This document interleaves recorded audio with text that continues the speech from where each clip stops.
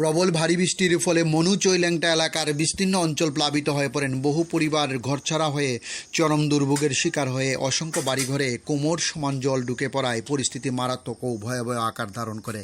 এই কঠিন সময়ে প্রশাসনের তৎপরতায় ক্ষতিগ্রস্ত মানুষের দ্রুত নিকটবর্তী স্কুল, অঙ্গনারী কেন্দ্র এবং মনু টাউন হলে নিরাপদ আশ্রয়ে সরিয়ে নেওয়া হয়। এর মাঝে আজ মনু চৈল্যাংটা এলাকার বিভিন্ন শরণার্থী ক্যাম্প পরিদর্শনে যান স্থানীয় এলাকার এমডিসি হলিউড চাকমা।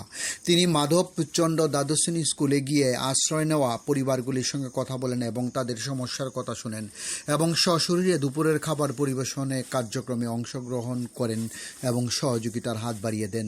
সব মিলিয়ে এই দুঃসময়ে মানুষের পাশে দাঁড়িয়ে মানবিকতা ও দায়িত্ববোধের এক উজ্জ্বল দৃষ্টান্ত স্থাপন করেন এমডিসি হলিউড চাকমা। ডিউরি রিপোর্ট, খোয়াই টাইমস বাংলা। বর্তমানে পরিস্থিতি স্বাভাবিকের দিকে যাচ্ছে, জলের স্রোতও একটু কম হয়ে গিয়েছে। তারপরেও এখনও বৃষ্টি আসার সম্ভাবনা রয়েছে। সেই কারণে আমরা এখনও দেখছি যেখানে আমাদের আশ্রয় নিয়ে রয়েছে আমাদের যারা লোকজনেরা, এখানে আমরা খাওয়া দাওয়া সরকারের তরফ থেকে খাওয়া দাওয়ার ব্যবস্থা চলছে। আমি বিভিন্ন যে জায়গাগুলো আমি পরিদর্শন করছি কীভাবে রয়েছেন, কোনো সুবিধা হচ্ছে কি আমাদের সঙ্গে পঞ্চায়েত সেক্রেটারি যারা রয়েছেন তারা রয়েছেন এবং এসডিএম অফিসে যারা আধিকারিক আছেন তারাও ভিজিট করছেন।